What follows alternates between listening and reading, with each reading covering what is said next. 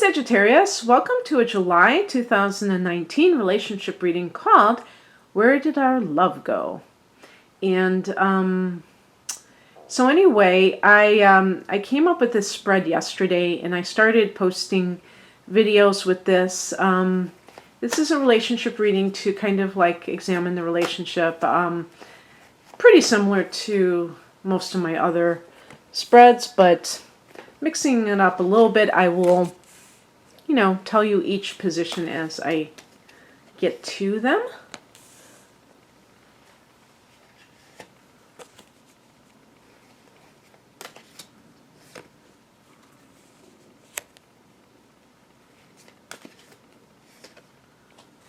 Okay, just like Taurus before you, I'm picking an additional card for the outcome. Okay, there you go, because there are certain cards I'm not going to end with. So the first card is the crux of the problem. And so, needless to say, based on the title of the reading, you know that this is for people who are experiencing problems in their relationship. And the crux of the problem is the Page of Swords, which can be being on high alert, being overly vigilant, being suspicious, which means that you don't trust your partner. I guess it could mean that you're dealing with somebody who doesn't trust you. Now, this is the deal. That is a super duper red flag, Sagittarius. If you're dealing with somebody who's constantly accusing you of cheating or just giving you the third degree, that is not a healthy relationship. And it's not to disparage the other person. Some people are very badly scarred, and they just cannot handle the idea of abandonment. Cheating is obviously a big one. So if you're dealing with somebody who's a Scorpio, for instance, this is right up their alley to and I'm talking about the lower expression of Scorpio, so I'm not picking on Scorpios, but you have to realize that that's their problem if they're doing it to you, but it becomes your problem when you are having to defend yourself, because that puts you in that position of being on the defensive all the time, and that's not good.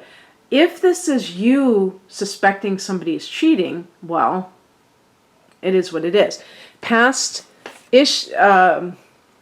reading from my cheat sheet. Past issue contributing to current situation. 7 of Cups. This is a card of confusion, emotional confusion. This card connects with Neptune. It can also be wishful thinking, and it can be addiction. And so, needless to say, if you have a drinking problem or other type of problem, that can lead to mental confusion as well as paranoia, but and muddled thinking. This is a card of muddled thinking, but wishful thinking, that sounds good. We want, like you think of the law of attraction and visualization, but we know what that means. We know that wishful thinking means when somebody is trying to, quote unquote, look on the bright side when there's a really bad situation happening, and they're trying to trying to find anything possible that's good so that they can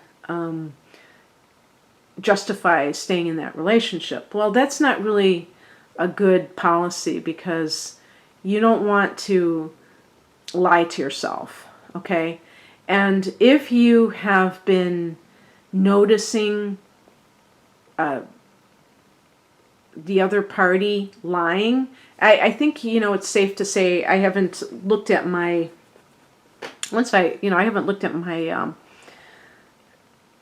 go-to tarot book lately, Tarot Plain and Simple, but so I don't know if they also talk about deception from the other party.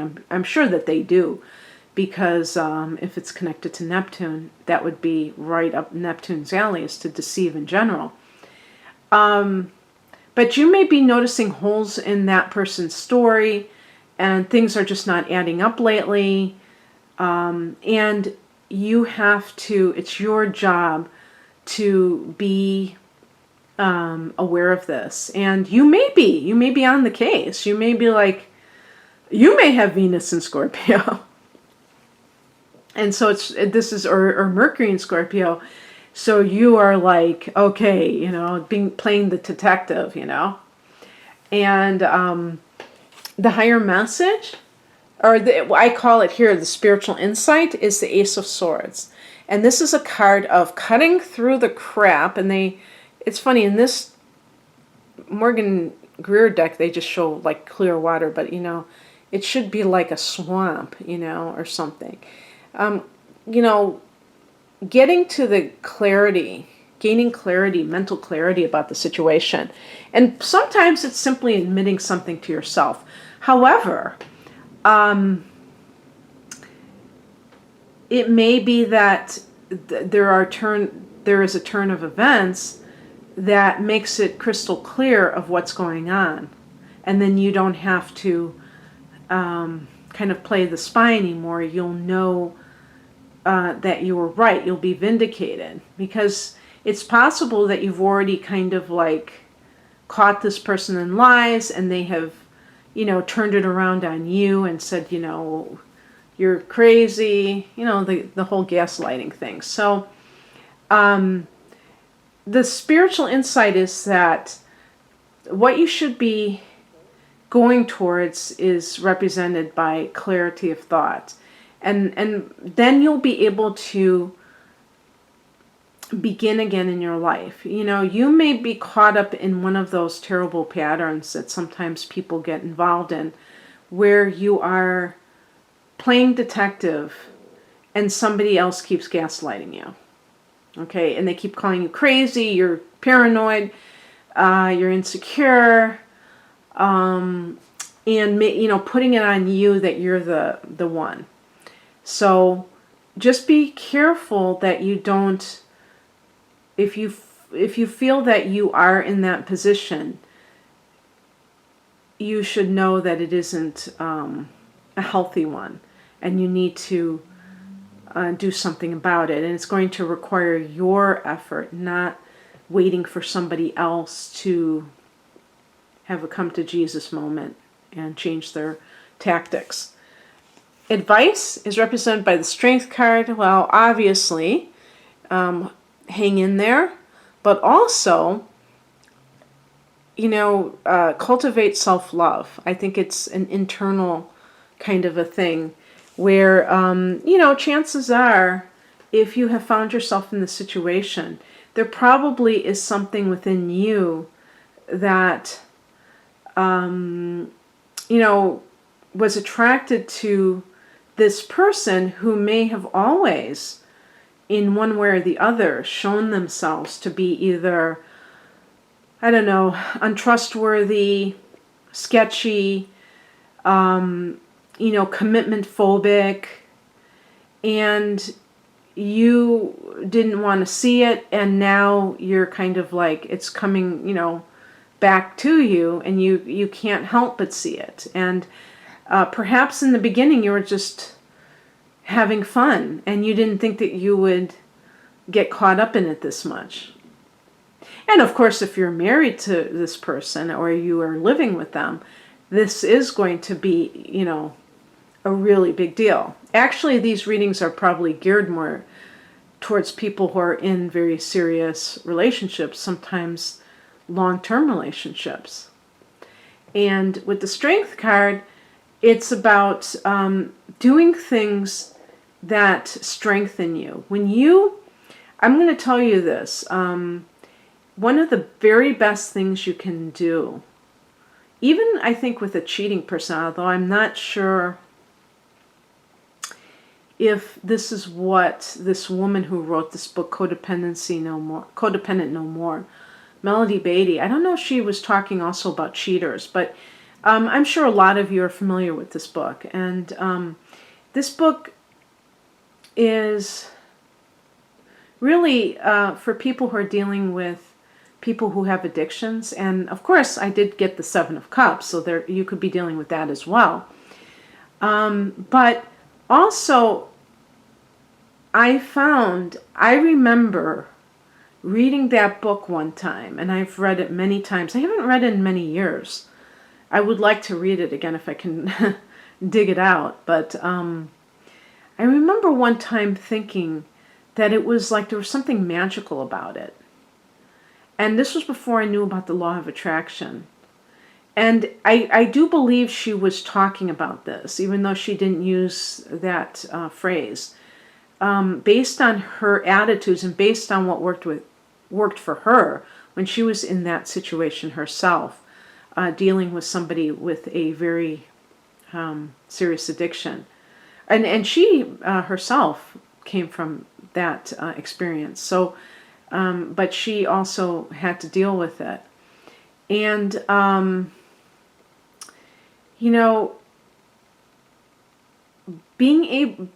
learning to be autonomous is such a gift.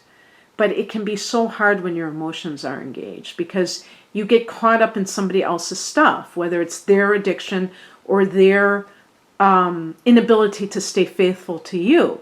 And so what happens is it hooks you into their problems because that's really their problem, even though they're making it your problem. It's ruining their life because chances are, if you're dealing with somebody who's cheating on you and you have not left yet, eventually you'll probably get fed up and you will leave because you'll realize that you're in a very unhappy situation. But and then that person's going to have to face the fact that yet another person doesn't want to put up with their garbage.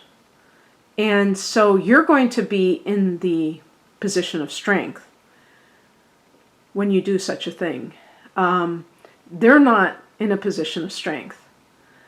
Because if they really fell in love with another person, they would be with that person, wouldn't they?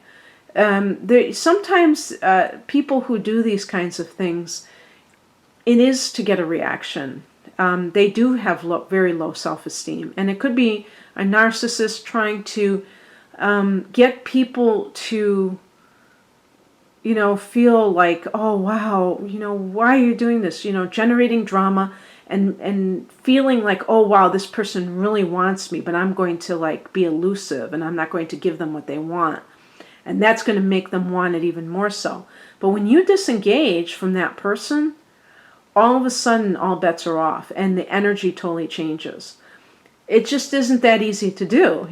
That's the long and short of it, is that it's a kind of a challenge to get to that place where you're able to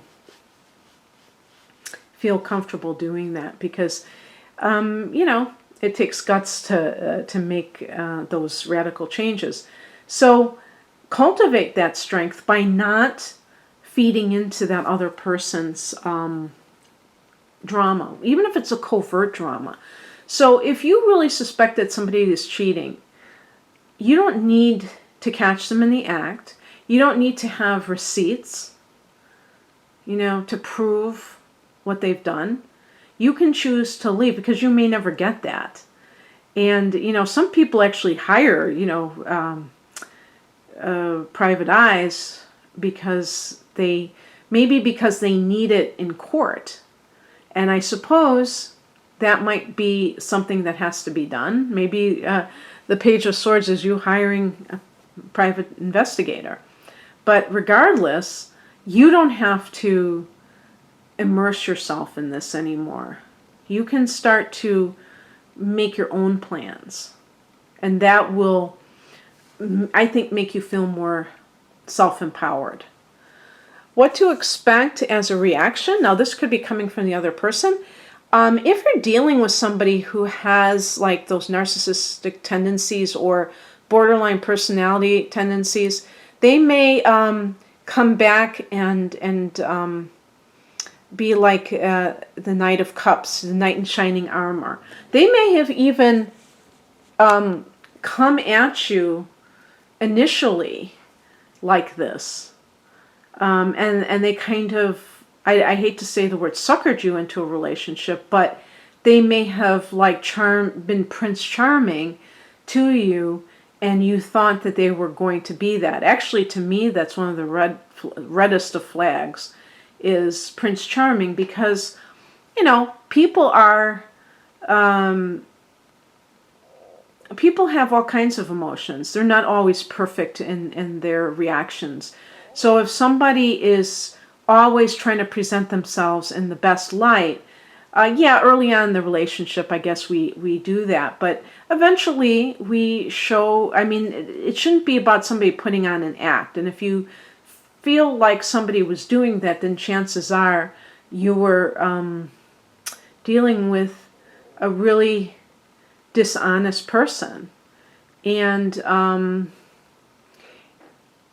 not getting fooled again, you know, to quote The Who, is a good way to look at it. Now, this could be that there is somebody else waiting in the wings, somebody who's always had a mad crush on you.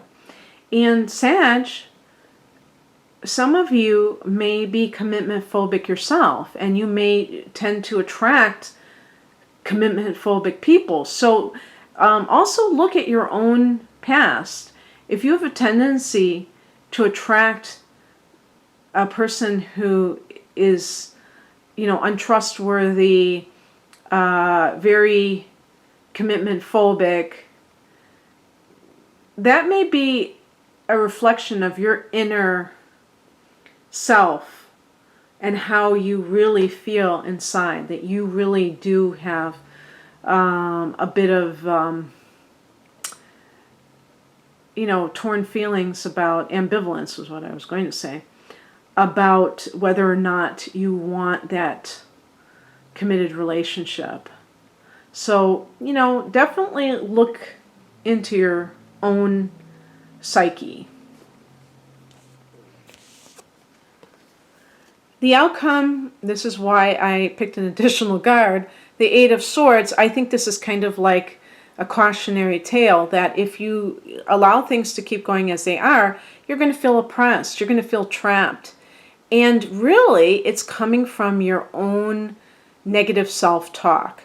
One of the biggest things that people do when they stay in terrible relationships is that they say to themselves, what if nobody else comes along who wants to be with me? And I mean, to me, that's one of the worst reasons to stay in a relationship, is because you think that, you know, because you're waiting for something else to come along that's better. Because in the meantime, you're getting demeaned, you're feeling devalued, and that is going to lower your vibration, and then you're not going to attract somebody healthy into your life. So you want to be at the vibing at the highest level. When you're the Page of Swords, and you're always watching your back, and you're always like feeling like there's something going on and you can't put your finger on it, that is not a good feeling. You know, being alone is a lot better than being in that state. And then if you kind of share your suspicions with the person and they act like you're crazy, no, that is not a good place to be. So please, honor yourself. I think with the Strength card, by the way, is connected to Leo. And Leo is a sign, you know, people joke and say Leos are narcissists. But Leo is a sign of pride, okay? Pride is not, you know, we've made pride into something bad. It can be, you know, being prideful in terms of, you know, arrogance and, yeah, there's that type. But there's also having pride in oneself, having you know, having self-respect is so important. And also with the Eight of Swords, if somebody gaslights you, then you can start to tell yourself, oh yeah, I must be crazy. And that keeps you trapped. So just remember that. Somebody could be getting in your head. I picked a clarification card, and guess what? This card is connected to Sag. I always say the sunflower makes it Leo, and the royalty angle, but whatever. I feel like this is talking about perhaps you know, so we have two outcome cards. This is you if you honor yourself. And this is a combination of the feminine and masculine principle. And the feminine is yin, is internal, and the masculine is external. So, just like the strength card, there's an inner strength and an outer strength. When we respect, you know, we always talk about respecting others, but it starts with respecting yourself. You will be that confident yet compassionate person. But you see, isn't it funny? The compassion of the queen and the confidence of the fire energy of the wands that comprise the Queen of Wands, Sag, is really about you honoring yourself and therefore honoring life itself. And that's how I feel like we generate good vibes, when we start with ourselves. You know, I was just thinking about this today. I can't remember what I think I was going to make a newsletter where I said the way out is in. You know, because I had read that saying somewhere, the way out is in. You know, we're always looking to the outer world to provide us things, but it starts on the inside. It's not about top down, it's about bottom up. And inside, it's like starting with us.